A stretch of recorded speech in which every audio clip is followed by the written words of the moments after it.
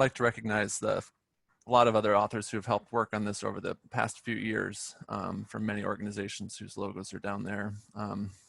This was a large effort, and I'm excited to tell you about it today. So when we look at the Great Basin, anybody who's really familiar with it will tell you that it's actually very environmentally heterogeneous. So it may look like a desert, but it's lots of different types of deserts and lots of topography. And when you have that, when you have a really environmentally heterogeneous place, and you have widespread species, which is also true in the Great Basin, you will start to see differential selective pressures. That's just the bedrock of evolution. And when you see differential selective pressures across the same species, you'll start to see local adaptation. This is the theory of how everything's evolved to survive where it will. When I talk about local adaptation through this talk, we're going to actually break it down into 3 different signatures. We're calling them signatures of local adaptation, from really simple to full local adaptation. And so the first simple signature of local adaptation is differences among populations in fitness-related traits. And that's pretty simple. You see down at the bottom here, say you collected this many collections from the same species all over the place, and you looked at a trait, germination speed, and you'd see that some of them germinate fast and some of them germinate slow. So that's the first signature. It's just that there's differences in traits among populations. The second signature is correlations between those differences in the traits and some sort of habitat or environmental variable. Say you looked at temperature in January at all those sites that you collected plants from, and you see this really strong correlation. So that correlation is the second signature. And the third signature, as we're describing it today, is kind of the true blue local adaptation. And this requires a reciprocal transplant experiment where you plant multiple populations of the same species in one spot. And if you see higher fitness, so better success of the local population over the non-local one, that is the third signature. So in this little silly cartoon down here, the one who finds the place, their home, and adapted there is going to be doing better than the one that's from somewhere else. So these are the 3 signatures. And so we looked at these 3 signatures and we said, our questions for this effort were, how common are these signatures in native plants of the Great Basin? And also, are populations from more similar environments more similar in phenotypic traits? So not only how common are these signatures, but are these signatures showing patterns across different species and different traits as well? And for both of these questions, we also were really interested in the actual traits, the specific traits and the specific environmental variables that may be involved. So with these 2 simple questions, I spent the better part of 2 years of my life combing the literature, and I did some other things during that time. But we found a whole lot of literature, more than we were expecting, and I think we were expecting more than a lot of others were. So we found literature supporting over 104 species of plants that collected multiple populations and planted them in the same conditions, and some other criteria that you can ask me about later. But we found 327 experiments that we could extract information from 170 different published studies. A lot of these were outdoor gardens, but a lot of them are also lab and greenhouse comparisons. Quite a few populations were tested per experiment with a really large range. Some people out there are doing almost 200, thanks to you, whoever those people are. I know who some of them are. And a lot of these populations were pretty far spread, which was also a really exciting thing. Average 350 kilometers between populations across all these experiments. And you can see that we restricted our experiment to only places within, or only species native to the Great Basin, but a lot of those collections were made from outside the Great Basin. So those first 2 signatures, how common are they? We combed the literature and looked at traits and scored whether or not they showed each of these signatures. And in some of the older literature, the statistics they were presenting weren't quite up to snuff.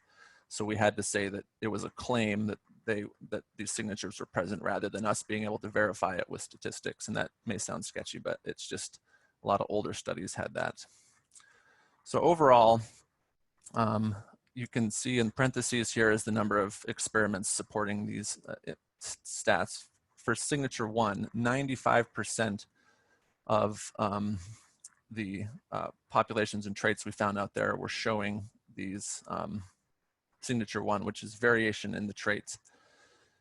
For signature 2, which is variation in a trait that's actually correlated to the environment that it's growing in, similarly strong, 84% of 161 different experiments showed this signature. So this is really exciting and strong trends. And we did break it down. I'm not going to go through all of this, but we did look across different types of plants, whether it's monocots or dicots or different life forms or distribution or even mating system. We tried to break it up as much as we could and see if these patterns were different for different types of plants. And you can see that really these patterns are pretty uniform across a lot of these different ways of slicing up the data.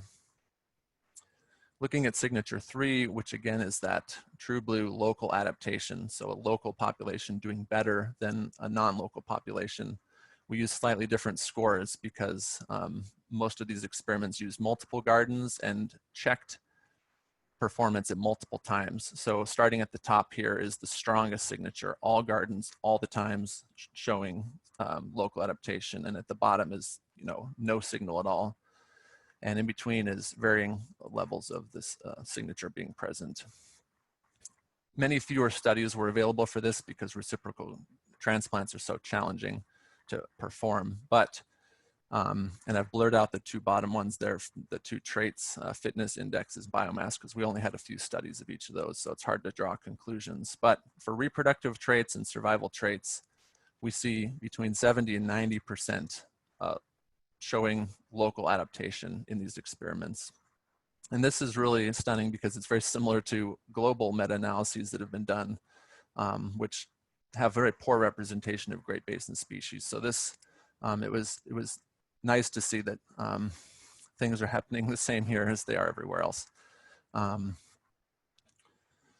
So I said we broke this down by traits, and there's lots of figures in the paper. I'll flash up at the end, but just to quickly look at these, many traits supported these patterns. And you can see the 3 different signatures here, and these are the traits that were most often involved in those signatures. And I've bolded the ones that we should all be really caring about in this session, which is, these are not, sort of peculiar little traits that nobody really cares about in restoration.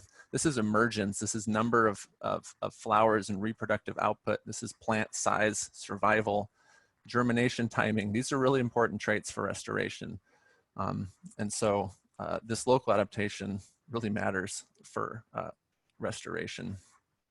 We also conducted a meta-analysis, and I'm going to run you through it kind of quickly here in interest of time, but we were looking for whether differences in climate of origin explain variation across taxa quantitatively. So we extracted climate data for all these populations from where they were collected, and we extracted the data of their traits and looked for common patterns. And the answer is, you bet. You can see annual precipitation on the left as the environmental factor and annual temperature on the right. These are very general environmental factors.